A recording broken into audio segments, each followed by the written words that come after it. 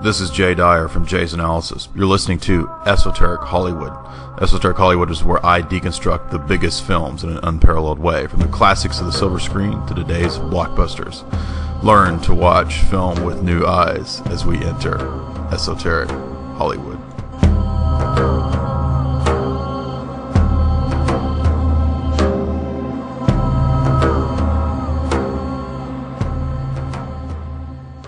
Welcome, you're listening to Jay's Analysis and Esoteric Hollywood. Tonight my guest is Adam Weishaupt.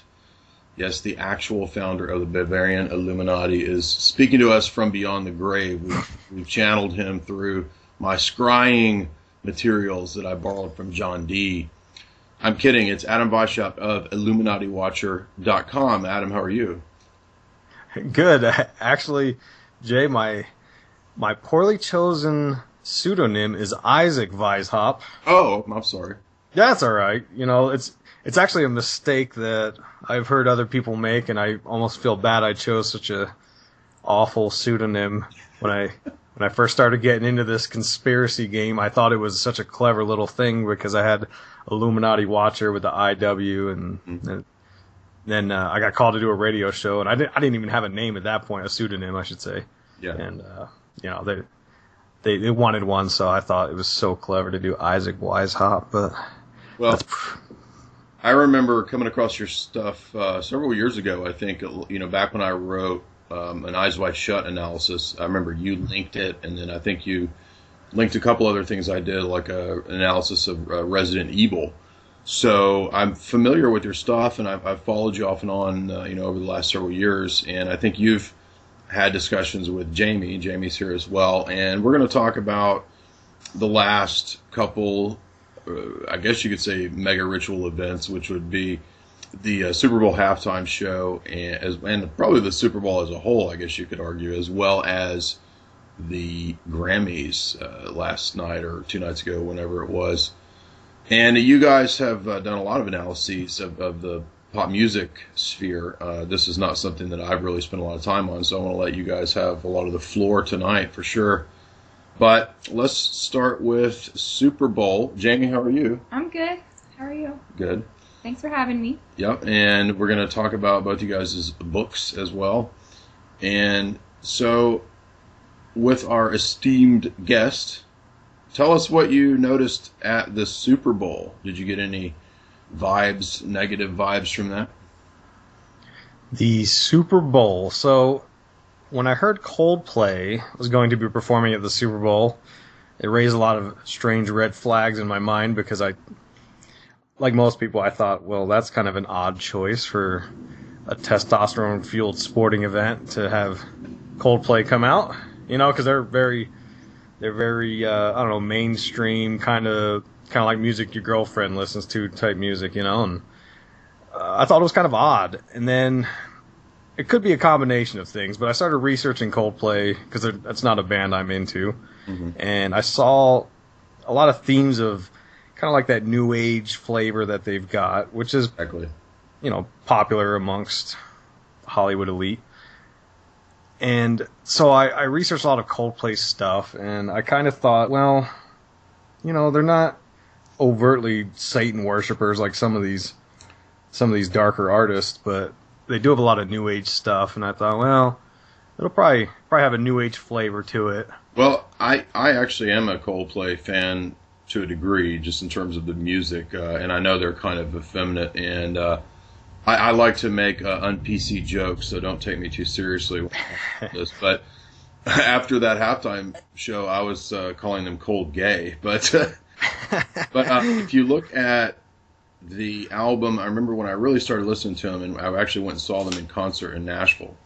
But the album Viva la Vida, or Death and All of His Friends, when that came out, I got it, and I paid attention to the lyrics in that album pretty intently, and it's curious that the cover of the album actually features the French Masonic revolutionary image of Lady Liberty leading the revolutionaries, against the monarchy. And when you listen to the lyrics of a bunch of the songs, you'll notice that he makes these strange references to Fox News and to how banks are now cathedrals, and our new religion is this worship of money and the money system and so forth, and some of which sounds pretty good. It's a pretty good message.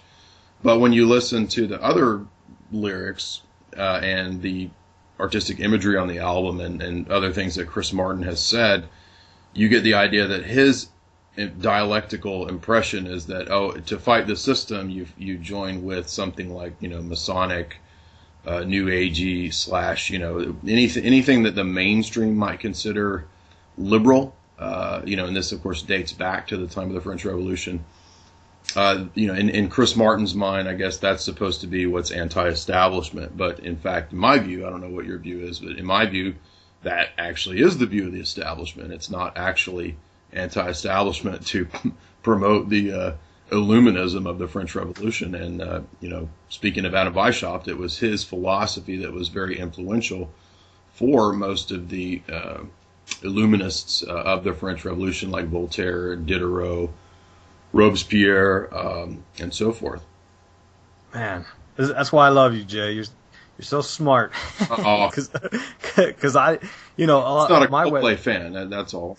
I listen over the. My field of study is very. I'm more of like a TMZ of conspiracy theories because I kind of, I work full time and I've got this whole personal life that dictates a lot of my time, and sometimes I just don't have the the time to get into a lot of the historical stuff or some of the deeper philosophical arguments here. But I did research the Coldplay stuff, and from that album you were talking about, what was it called, Viva La Vida or something like that? Yeah, Death and All His Friends, right? The one thing I found was that they worked with Brian Eno to produce this album, and Eno was kind of famous for working with David Bowie and the like. Yeah, good point. And Eno created a set of tarot cards, wow, a la Aleister Crowley, and he had each member of Coldplay was given a card at random, and they were supposed to interpret the instruction musically for the album. Wow! So it kind of has like an occult tone to it. So I had no idea about that, and Brian Eno's done all kinds of stuff, right? I mean, he's been all up in the music biz of the industry for a long time. Yeah, most definitely. So he's worked with, as you said, Bowie, Devo, Genesis, U2, of course.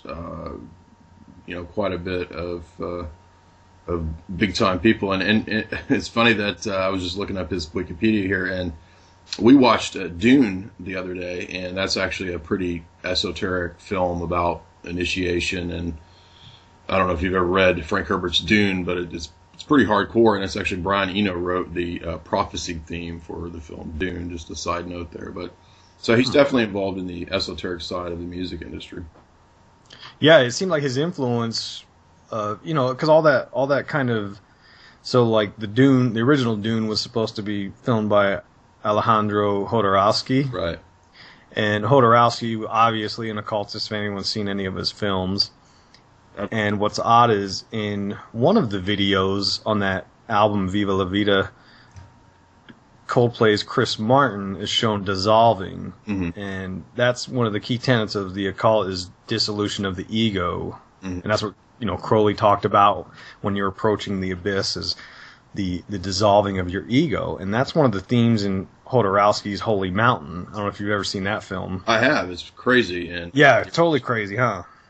But that's the main theme of that movie is these initiates that are getting brought through the occult rituals, and one of the key aspects is when they dissolve the ego. Mm-hmm.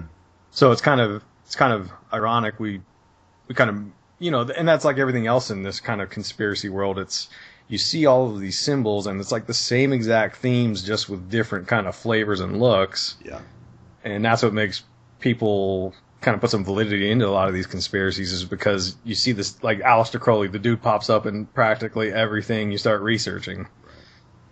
Yeah, and in my view, it gets a little cliche and a little tiring. I mean, how many times can we see pyramids on stage? How many times can we see Britney Spears or Lady Gaga doing the same kind of stuff over and over and over? And yet they continue to do it. You know what I mean?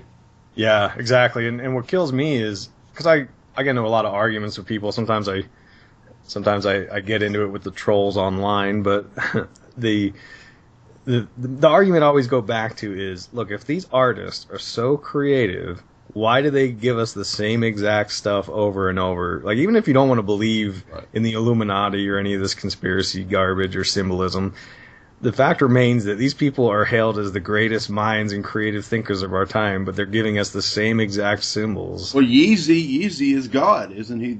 He's That's Yeezus. Yeah, listen to him. He'll tell you all about The it. new Yeezus. Jamie, what'd you see in the Super Bowl? What came to your attention? Well, the first thing I wanted to talk about was the symbol that they used on their new album called A Head Full of Dreams, which is the flower of life. And anybody who starts looking at conspiracies and starts digging into things like masonry, you're going to come across geometry, and you're going to start learning things about sacred geometry and the platonic solids and things like that. So I wanted to kind of ask what you thought about their usage of the flower of life, because this is kind of a thing that came out. I think Drum Below Melchizedek was pretty much the first time I ever heard of this symbol. And Oh yeah, that's the name that gets brought up in Paulo Coelho's The Alchemist, is that Melchizedek. And so I was just kind of looking up the flower of life and what it means and stuff like that, and I thought this was really interesting. But it says, this structure forms the basis for music, as the distances between the spheres is identical to the distances between the tones and the halftones in music. It is also identical to the cellular structure of the third embryonic division, when the first cell divides into 2 cells, then to 4 cells, then to 8. So this is the same. This is like the basis of life, and it was they claim that it's a very old, ancient symbol. Like, they claim that they found it in pyramids and religions of all across the world. And so he's taken the symbol and he's actually put a rainbow on top of it. So I was wondering what you thought about that. Okay, yeah, that sacred geometry seems to show up in a lot of stuff, and to see Coldplay do it is not surprising, because out of that flower of life you can also find the Kabbalah tree of life. Right. And when we watch the Super Bowl, you'll notice Chris Martin, Bruno Mars, and Beyonce, they all come down onto the stage, and whether this was purposefully crafted or not, I don't know, but it is ironic. They all, when they come on stage, they come through the black flattened cube, which is it's a black hexagram on the stage. And the flattened cube is present in the Tree of Life with the top 6 Sephiroth. But the purpose of this, I believe, is it's showing kind of like an alchemical process, the blackening.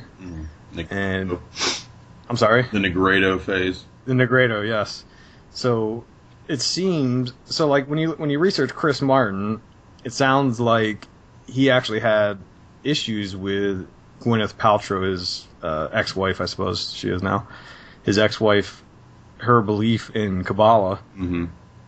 But now I'm curious if that's changing, because he's got all of these kind of New Age kind of symbols, and he came through on through the black hexagram, which is like the Tree of Life, and maybe he's an alchemical initiate in the blackening.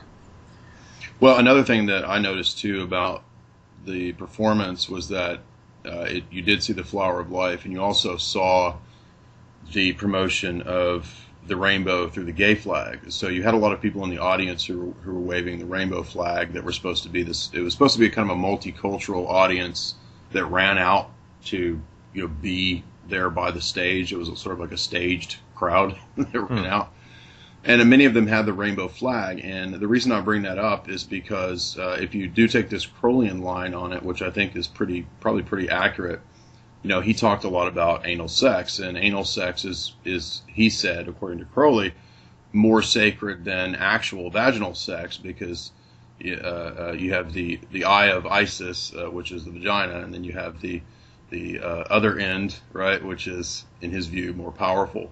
And so I see the promotion of, I pointed this out in some of my analyses in the last couple of years, where I think we've seen, this is a little base and maybe bizarre, but I think there's something to it.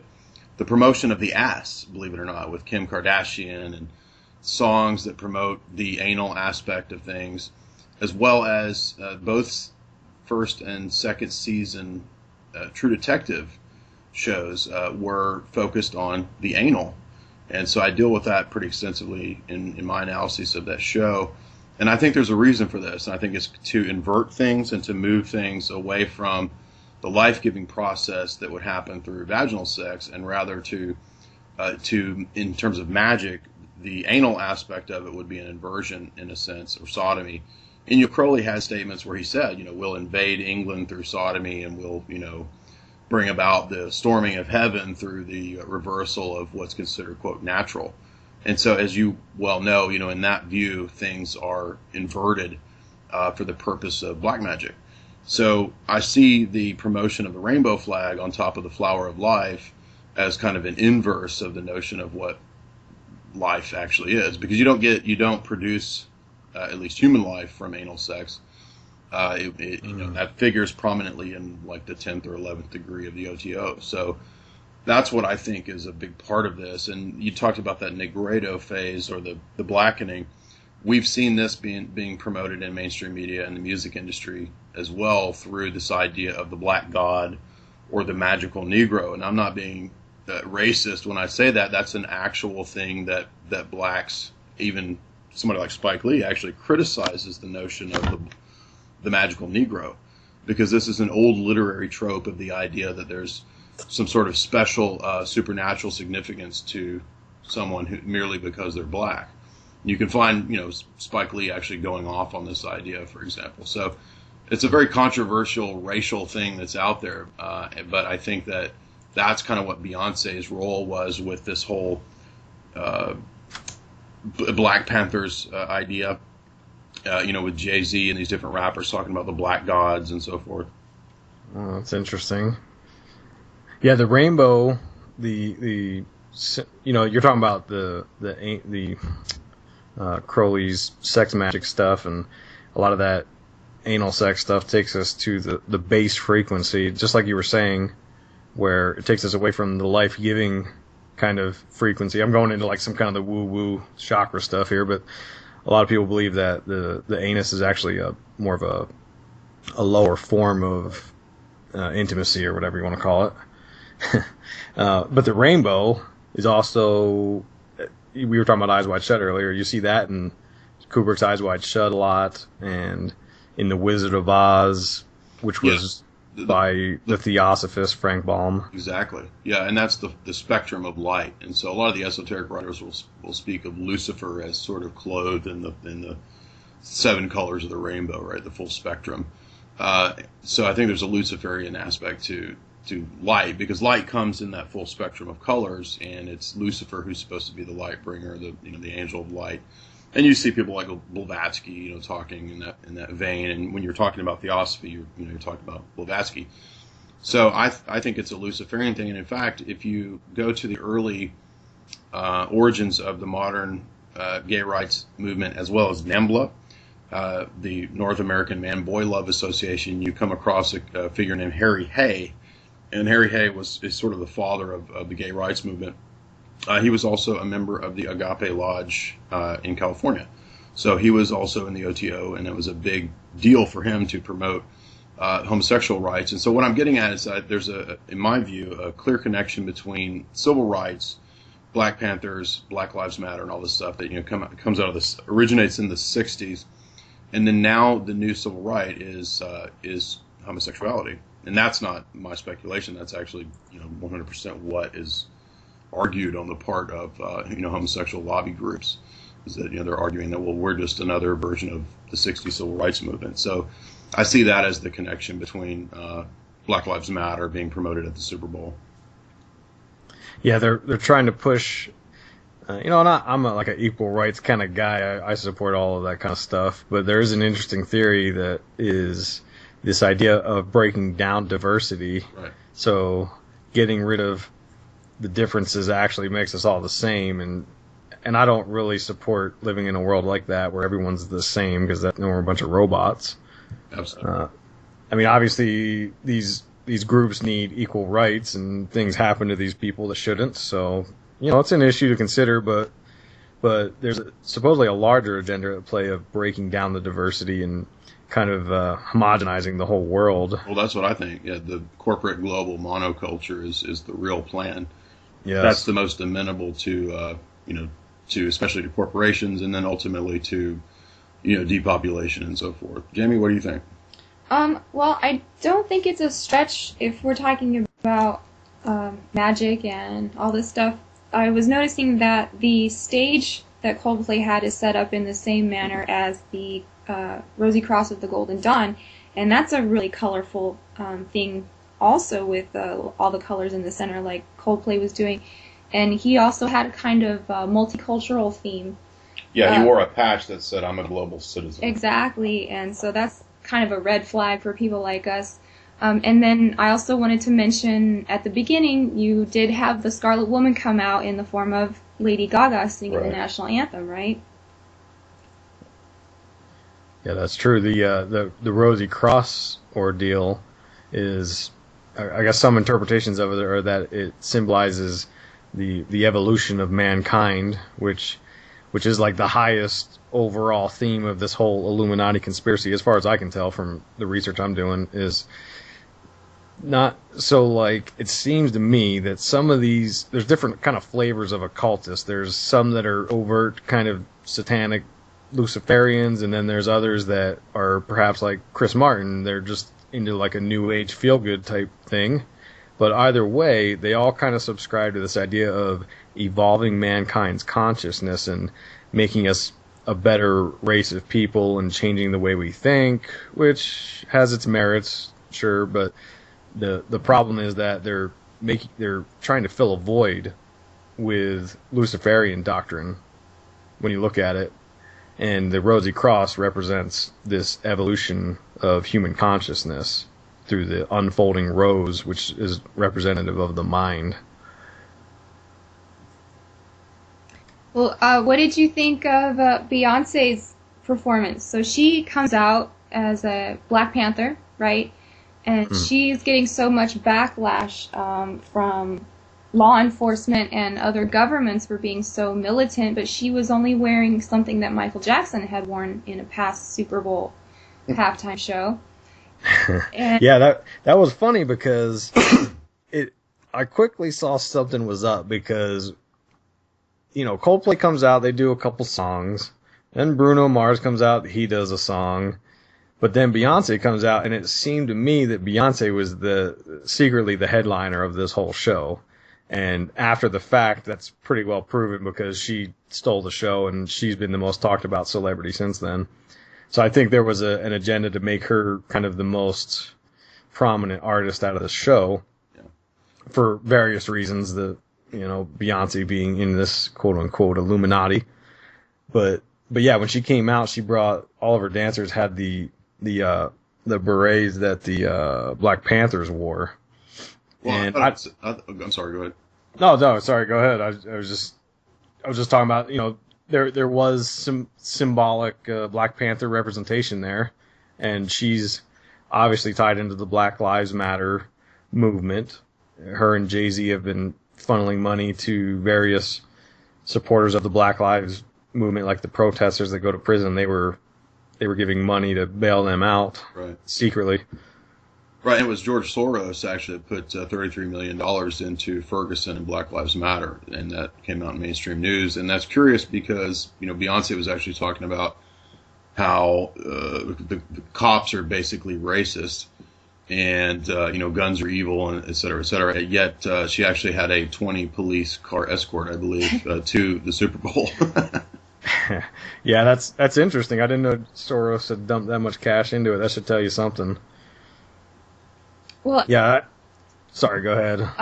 Well, did you notice that the first line of her song called Formation says, "Y'all haters corny with that Illuminati mess"? Yeah, I did see that. I instantly looked it up, and sure enough, that is the lyric. I was watching Real Time with Bill Maher last week, and the rapper Killer Mike was on there, and he talked about this exact line of the song, and he made a claim that it didn't. I'm paraphrasing, but he more or less said that he didn't mention anything about it being the conspiracy theory Illuminati thing that we're talking about, or most conspiracy theorists talk about. He made it sound like she was basically making a statement, look, I'm not part of the establishment, which I thought was kind of interesting because, are we now accepting that the establishment is the Illuminati? Because it was kind of taken for granted that that's what he meant when he said it. But yeah, that is indeed the first line, and I don't know. I haven't been able to find a good interpretation of what she says that's supposed to mean. But like I said, Killer Mike said that it I guess there was backlash because she didn't show up to one of the Black Lives Matters protests, and all the I don't know about all, but the black community that was taking issue with that said she's in the Illuminati because she didn't show up to the thing, and that was why she said what she said. But to me, it seems like it's all just like kind of spinning out of context of what of what we're trying to talk about here. But I've been looking at I don't know if you guys noticed this. I rant and rave about this all the time. But Charles Manson, the Helter Skelter thing, right? He talked about all the, and in the 60s was like, to me, like the most crucial period of pushing the big Illuminati agenda, the Age of Aquarius. Absolutely. And his Helter Skelter. And Manson was very well in tune with occult belief systems. He definitely knew some things. In prison, he learned a lot of this stuff. Mm-hmm. He learned mind control techniques, that kind of thing. And this Helter Skelter was the race where he believed he could initiate and then step up as the leader. So he was going to use the Black Panthers, ironically, to start this thing. And that's why when they murdered, I think it was the LaBiancas, they put on the wall, political piggy, and then they did a print in blood that looked like a paw print, which is what the Black Panthers were using at the time. Mm-hmm. So to me, this seemed like, because I've been writing this book on the Manson thing for like a year now, maybe 2 years, and I just can't finish it because things keep popping up to support this idea that there is a impending race war that they're trying to initiate. Oh, absolutely. That's what I was getting at with the whole, up with the black gods and down with the white devils. This is the establishment's promoting this on purpose to provocateur, and it's all the techniques of what's called agitprop or agitation propaganda. Other things that I noticed that were interesting, I don't mean to change the subject, just some other things that stood out when I was watching, is all the military propaganda. And so the whole Super Bowl is generally attended with, troops standing around and saluting the flag, and jets fly over and all this stuff, which is, some display of prowess. And then in the midst of all this propaganda, we're all playing football and we're watching, people throw the pigskin, and we're not realizing that, of course, what this means is we are going to bomb the shit out of other countries, right? And the curiosity of this is that, while we're sitting here enjoying this game and believing in some notion of so-called patriotism, we're simultaneously funding terrorists through ISIS and so forth, right? So the U.S. and the CIA created ISIS, I believe. And so the enemies that we're supposedly protecting ourselves against are created by our own establishment elites, much like a Super Bowl game is, in my view, kind of fake. I mean, I'm not saying that people don't play the game, but if you look at the work of Brian Toohey, who's a sports writer who's worked with the FBI and dealt with game rigging, he has an extensive catalog of sports fraud, referee, umpire fraud, etc., that deals with how many games have actually been thrown and how much of this is rigged. And if you think about it, when you've got billions of dollars wrapped up in something, you're probably not going to leave it to chance. Thus, it makes sense why, these games that we think are, these real teams playing it out on the field, battling to see who's got the best talent, that's probably not what's going on. And in fact, we had with international soccer, there was a big scandal this last year with game rigging there as well that came out, and that actually tied into geopolitical issues with Russia and the West. And so what I'm getting at is that the pseudo-realistic nature of the football game is much like the pseudo-realistic nature of foreign policy and politics, right? I mean, we control the bad guys. And in the same way, background players can, big time players, billionaires and so forth, can actually control the outcomes of these games when they need to. Interesting. Yeah, the Super Bowl is definitely, it's like these other high profile events. I don't know if where this Super Bowl ranks, but the Super Bowls generally over the last few years have been the most watched, viewed television program ever. So I think the last Super Bowl, they were selling ads for $5 million for a spot. So to me, that tells me there's power in the symbolism, because these commercials, the people that buy these ads, like, why do you think they're spending $5 million? Because they know that the symbolism has an effect, and that effect has a return on investment for them. Yes, absolutely. So to think that if you do believe in an Illuminati or some kind of secret elite group, of course they're going to plant some kind of message in this thing. People are spending $5 million for a commercial, so why wouldn't they? So. Well, let's talk about the commercials for a second, because I actually sat through and watched most of them. And I noticed last year with Katy Perry, they had a lot of the commercials actually went along with the performance theme. Yeah. And alien abduction. I know we talked about that last year, right? Mm-hmm. But then I was just kind of jotting down what my impression was of what they want young men to be thinking about today. And it was basically military service, cars, useless statistics, meaningless role models, which are the athletes, right? Alcohol, soft drinks, and cheerleaders. And the graphics, I thought, were extremely hypnotic. And then one of the first ones I took a note about was actually Willem Dafoe as Marilyn Monroe for Snickers. Marilyn Dafoe. Yeah. So that was pretty disturbing, and it kind of goes along with the theme of transgender and, everything we've been talking about. Did you have any thoughts on... Well, and Marilyn Monroe, she's like the poster child for the Monarch Mind Control program, because she was one of the first presidential models, right? Right, yeah, and Beyonce even, I wrote a little like mini ebook on exploring Beyonce's Illuminati involvement, and I was able to find a photo of her with the diamond in her mouth, which is the idea that there's this diamond programming kind of a presidential sex slave, which was Marilyn Monroe, allegedly. Right. And then the second kind of weird commercial that I saw, where it was a running commercial where they had several of them, but it was the Super Bowl babies in winning cities. So, football is family. Yeah, that was their slogan. So they said that whenever the city of the team wins the Super Bowl, there's a rise in birth rates in that city.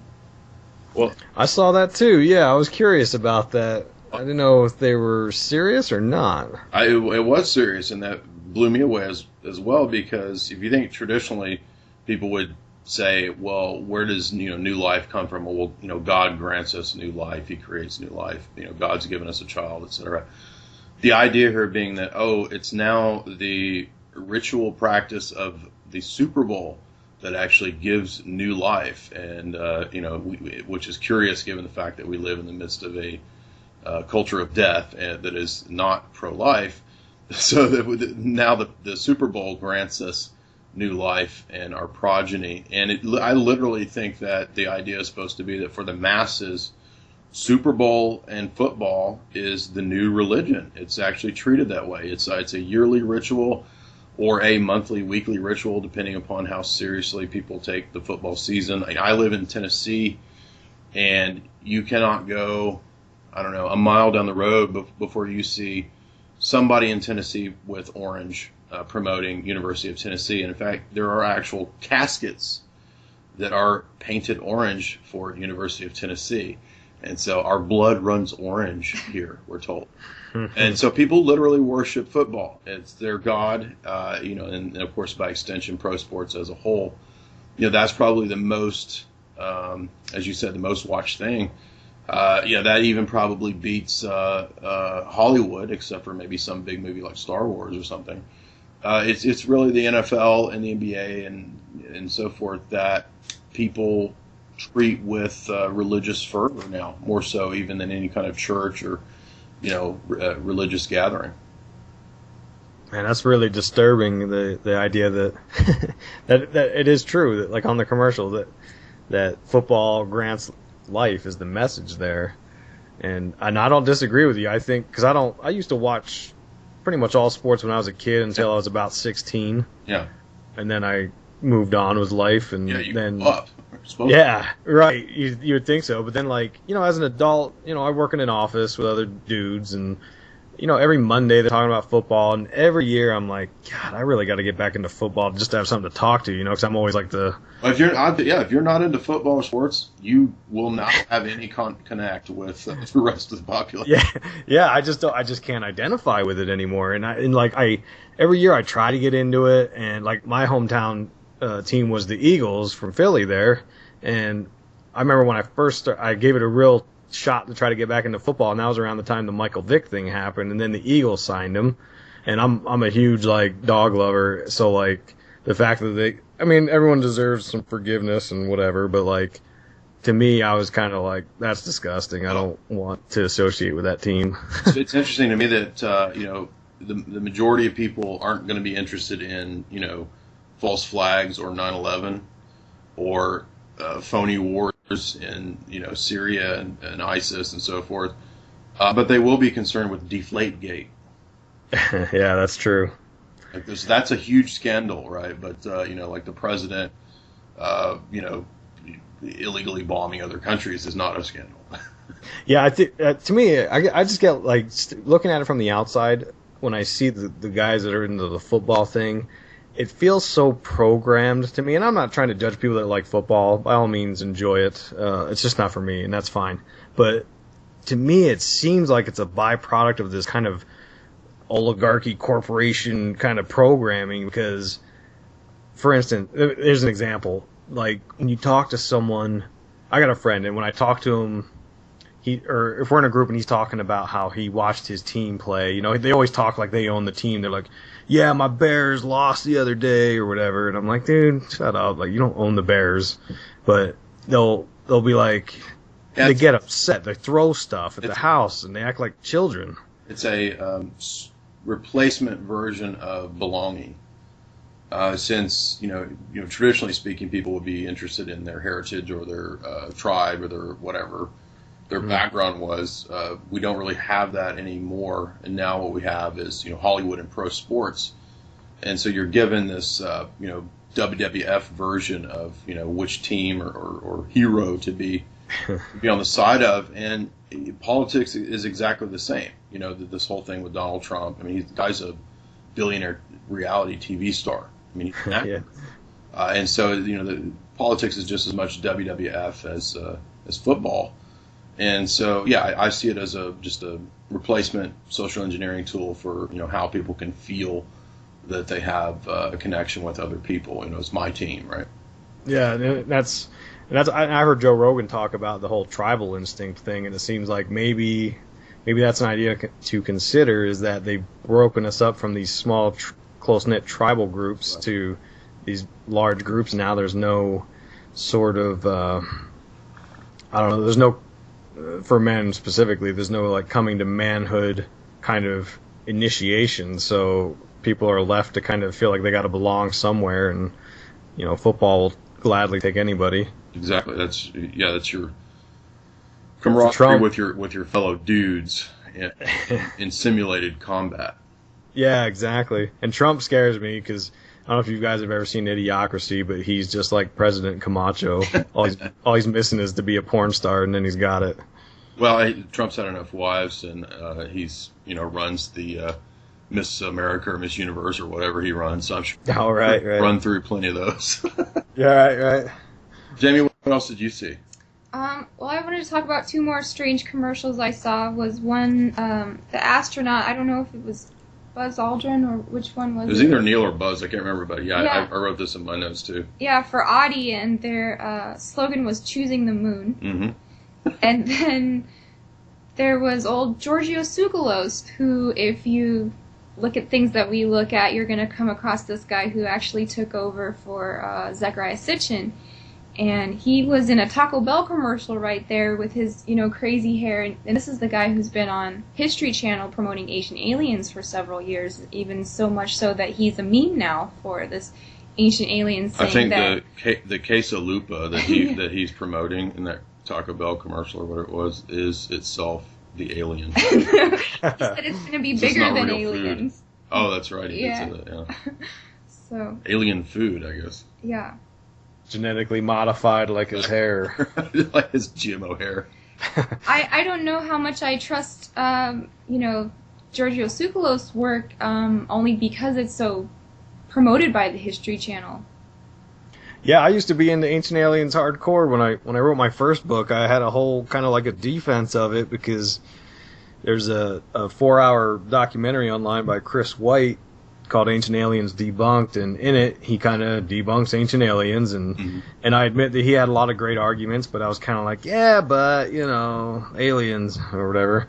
And now I'm starting to, like, my perspective on things is starting to change, because originally when I started down this path, I was kind of like frustrated with so many conspiracy theorists that always took it back to like Bible thumping Christianity stuff, and even though I'm a Christian, I'm kind of like, you know what, like, because they don't know how to like kind of tone it down a little bit. So I started going down the path, and I kind of believed in aliens, and and I still kind of I can believe in aliens. I just don't think they're the same thing that I thought before. However, what I'm getting at is the alien agenda seems to be either there's aliens and this quote unquote Illuminati are using them to try to trick us into worshiping some kind of evil demonic entity, or there is no such thing as aliens and they're trying to get us to worship some kind of further evolved entity or believe in evolution to the point of superiority from some kind of alien race for when they do show up. And Ancient Aliens is produced by Prometheus, which is a pretty big clue right there. And I'm not saying I don't watch Ancient Aliens, I still like it, but my perspective on that whole alien thing is starting to change now, and I'm kind of seeing like, oh man, this is kind of not what I thought it was originally. Well, I think pretty soon they're going to roll out some kind of disclosure, and aliens are going to be a big deal in the near future. Oh yeah, for sure. What was I going to say? Yeah, NASA's already planting that seed. They said by 2025 that will confirm that aliens do exist. So I'm sure I don't know how they come up with that prediction, but I'm sure it'll happen. Well, in my view, the reason they come up with that is because NASA's actually under the aegis of the military. It's a military operation. I believe it's under the Air Force. And NASA is a PR front. And so if you look at NASA, they've been putting out this claim of discovering alien life for decades. In fact, every few years, NASA claims to have found life on Mars or the Moon or something like this. And then it's like in the news for a week, and then it's gone. So in my view, it's just a perpetual feed of bullshit that's not true. And you can just see mountains of skullduggery and deception on the part of NASA, in my view. Now, I'm not saying that there aren't supernatural or spiritual things that are true. I think there are. But that doesn't mean that NASA's true. I think NASA's full of shit, basically. I really do think they operate as just a psyop front. That's a huge aspect of what the military does. If you get into researching psychological warfare, that's more important for warfare than actual, combat or blowing shit up. More important is to control the perception of the audience or the target enemy mind or whatever. Yeah, hearts and minds. Exactly. So, anything else that stood out for the Super Bowl number 50? I thought it was weird that it was that promotion of choosing the moon on the part of Audi, because it was Audi that was at the Super Bowl last year, two Super Bowls back, I think, that was promoting that idea of having green police. And this would be the idea that we would hire all these bureaucrats to actually go around and give people tickets for using too much toilet paper or flushing their toilet twice, which is just the most ridiculous invasion of privacy and absurdity. And that sounds like over the top, but if you look at places where these things are really promoted, places like California or in Europe, the green agenda has, moved far ahead of other places, especially like here in the South. We don't really deal with a lot of that. I remember getting a ticket one time for $70 because I drove into North Carolina and I didn't have a tag that said that my emissions had been checked. So I just drove into this place and they immediately said, you've got to pay $70 because you don't have a tag that says your emissions have been checked. I mean, so this to me is just a huge racket. It's a huge scam. The whole green agenda is all that. But the NFL has gone along consistently with promoting Obamacare, promoting gun restrictions, promoting the green agenda, and openly now in the last couple of years especially promoting the homosexual agenda. So I'm not trying to fixate on that topic. I'm just saying that the same power structure is pushing all of these across the board for a reason. They're not stupid. They know what they're doing in promoting this package deal, right? That's the thing. It's not like, the NFL's only concerned with Obamacare or something. It's across the board, this totality that they want to push. Yeah, that's true. It's just like any kind of legislation.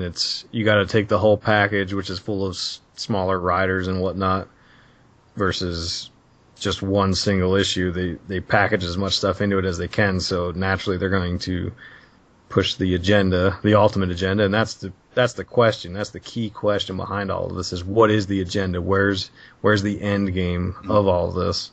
One thing I'd like to ask you guys, both of you, before we move on to the Grammys, is so Lady Gaga came out in red, and so you think that's like a reference to the Scarlet Woman? I definitely do, and I have a whole chapter about Beyonce being the new Madonna of pop culture and pretty much the icon of new ISIS in the world, which is a female who has no inhibitions and uses her sexuality in the counterpart of the Anne of Horus's sexuality, so they match in degenerate behavior. Yeah, we saw that Scarlet Woman symbolism last year, right, Jamie, with Katy Perry. Oh, definitely. What would you guys? For the benefit of the audience, talk a little bit about the Scarlet Woman. Of course, we know this comes from the Book of Revelation, chapter 17 and 18. But what do you read from that when you say Scarlet Woman? What do you get from that?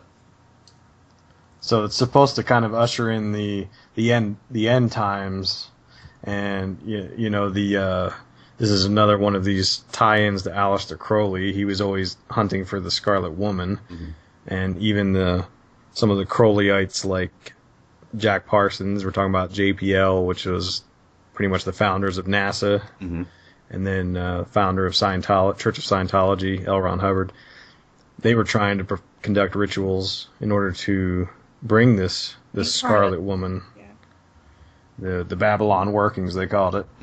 So it's just like a recurring theme that you see in the Bible as well. It's this whore of Babylon that's supposed to bring about the end of times and kind of represents the embodiment of evil at the same time.